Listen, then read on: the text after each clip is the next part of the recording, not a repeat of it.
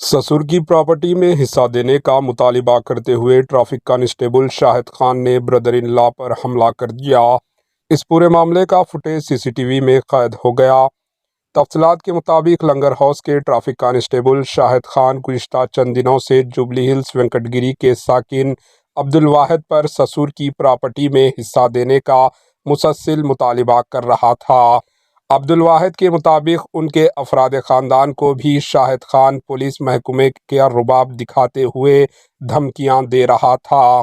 इस वाक़े के बाद अब्दुल वाहिद जुबली हिल्स पुलिस स्टेशन में शिकायत दर्ज करवाई कि कांस्टेबल शाहिद खान मुसलसल उन्हें धमकियां दे रहा है। उसके खिलाफ कानूनी कार्रवाई की दरख्वास्त की गई। Bureau report, HN news.